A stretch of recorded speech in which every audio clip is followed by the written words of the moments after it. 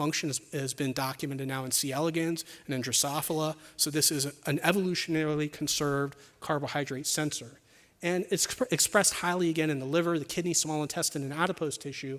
And we know this is actually important for human health because there are common variants in the CHB locus that associate with hypertriglyceridemia and low HDL cholesterol in human populations. And we had some evidence, some very strong evidence, that this factor is probably involved in fructose metabolism. And this is from Kosaki Ueda's paper in 2004. Dr. Ueda is the individual who discovered CHREBP, that it was a carbohydrate sensor, and he made the first knockout mice. And he had this sentence in the paper where he was describing the knockout mice. CHRB knockout mice fed a high fructose diet become more abundant in a few days. Well, that's pretty profound phenotype. What was interesting is that this was now 14 years ago. He actually didn't follow up on this finding. He studied all sorts of other features, but didn't try to figure out what was why CHB was related, how CHB was related to fructose metabolism specifically. But a number of years ago, when I was still here, when I was a postdoc here in Barbara Kahn's lab, and I was studying this molecule in adipose tissue, we discovered that there was actually an alternative isoform of this CHREBP molecule. So it turned out that there was an alternative promoter for this gene, and when CHB alpha was activated by a carbohydrate metabolite, it bound to this alternative promoter and caused expression on an alternative form of the protein called CHB beta. And this CHB beta protein is missing this inhibitory domain. So this form of the protein is much more active than the canonical form. So you have this strange feed-forward situation where a glucose metabolite activates CHB alpha, causes expression of the CHB beta isoform, and some combination of the two of these activate expression of the programs. And the reason this became very useful is there's no easy measure of CHB's activity in a tissue. The protein abundance doesn't tell you much because it's allosterically activated by a protein. But it turns out that CHB beta expression only comes on when CHB alpha is active. So we can use CHB beta expression as kind of a surrogate marker of tissue CHB activity. And other investigators have done that. And so, for instance, this is a really nice paper from Lujer Sheja that showed in the livers of obese people or obese people with type 2 diabetes, there's marked increases in CHB beta expression, indicating that CHB is active in the livers of people with metabolic disease. So we wanted to study this in liver, and we're curious whether fructose, which is taken up actively in the liver and much more so than glucose, could activate CHREBP. So these are just wild-type mice where we gavage them with a dose of water versus glucose versus fructose. And sure enough, that when we give, and then we euthanize these mice about an hour later and harvest the livers and measure the gene expression in the liver. And you can see that glucose has little effect on CHB beta expression, but fructose robustly increases CHB beta expression in this time frame, about a 4-fold increase in expression. We see marked increases in a number of lipogenic and glycolytic genes, and in fact, all of the genes involved in fructose metabolism itself. So ketohexokinase, aldolase B, this is the triose kinase that I mentioned before. So fructose acutely rapidly activates gene expression programs in the liver in addition to CHB beta. And then we obtained the CHB knockout mice that Kosaki Ueda originally made, and we tested whether CHB was essential for this fructose-induced gene regulation, and in fact it is. So in mice that are missing CHB, which these mice in red that are gavaged with water or fructose, you can see that fructose no longer induces fatty acid synthase. It no longer induces glucose 6-phosphatase. It no longer induces ketohexokinase or aldolase B. So CHREP is absolutely essential for the enzymatic response, the gene expression response to acute fructose ingestion. Now, what was a little bit surprising about this when we were doing these studies is that this enzyme, glucose 6-phosphatase, was potently regulated by CHREBP by fructose in a CHB-dependent manner. And so it had been well established in the literature that CHB was a critical regulator of glycolytic enzymes and lipogenic enzymes that use glucose or carbohydrate substrate for energetic or lipogenic purposes. But glucose 6-phosphatase is the rate-limiting enzyme in glucose production. So why would it make sense for a cell to upregulate glucose production programs. At the same time, it's upregulating programs to utilize glucose for anabolic purposes. And that led us to this model, which is that we know hepatocytes can rapidly take up fructose because of KHK phosphorylation, and this can be converted to glucose 6-phosphate, and in fact, all of the triose and hexose phosphates throughout the pathway.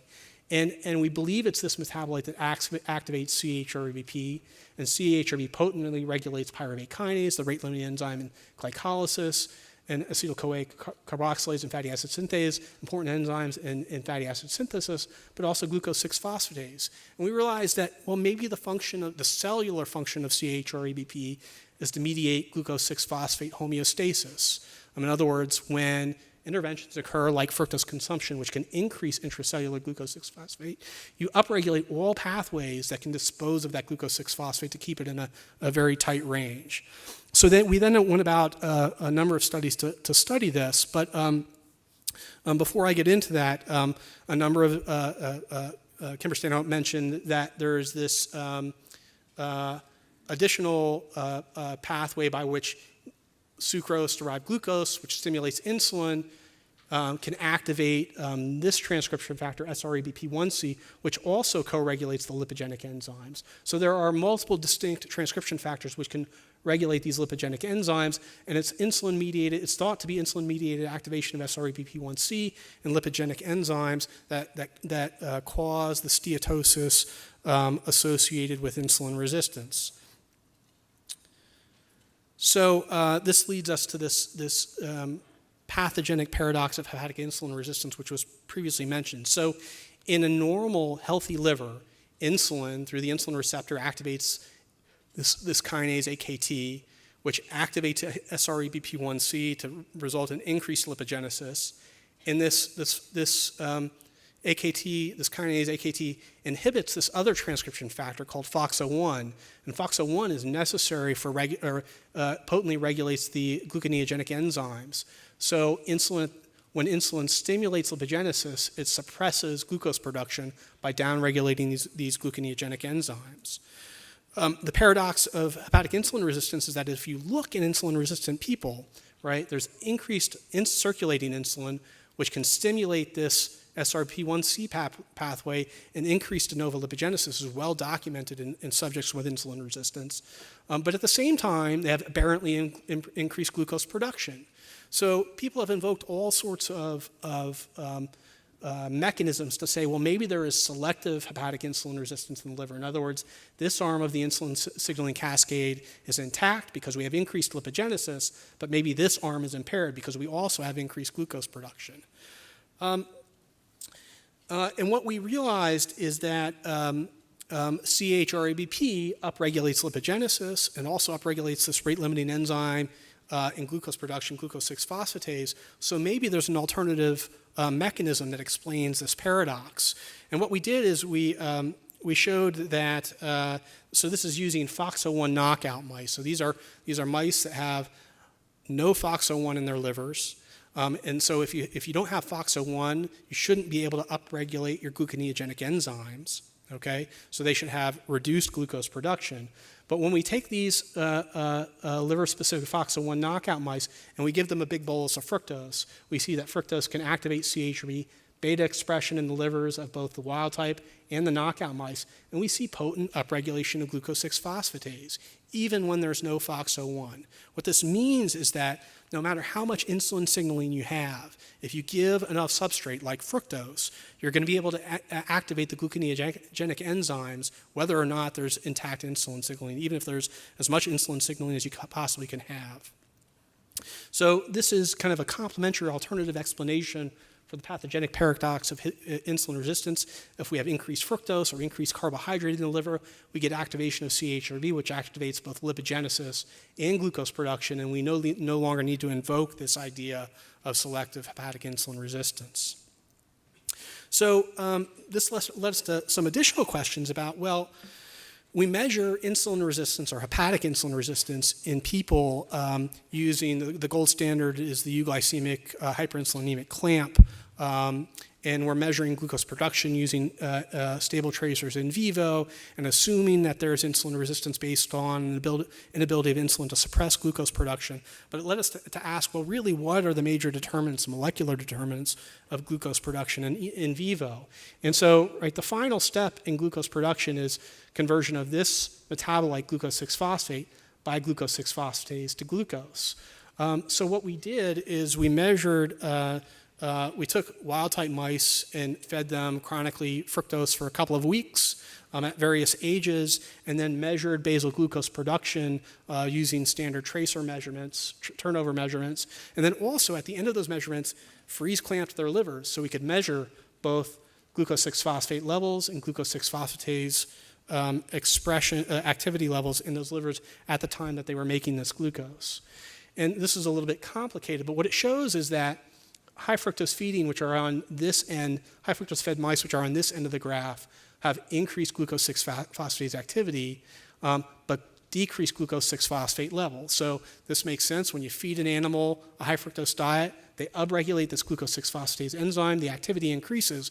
But when this activity is increased and you've taken food away, this enzyme depletes the liver of glucose 6-phosphate. So when the activity is high, you deplete the substrate very quickly, and this is associated with increased glucose production.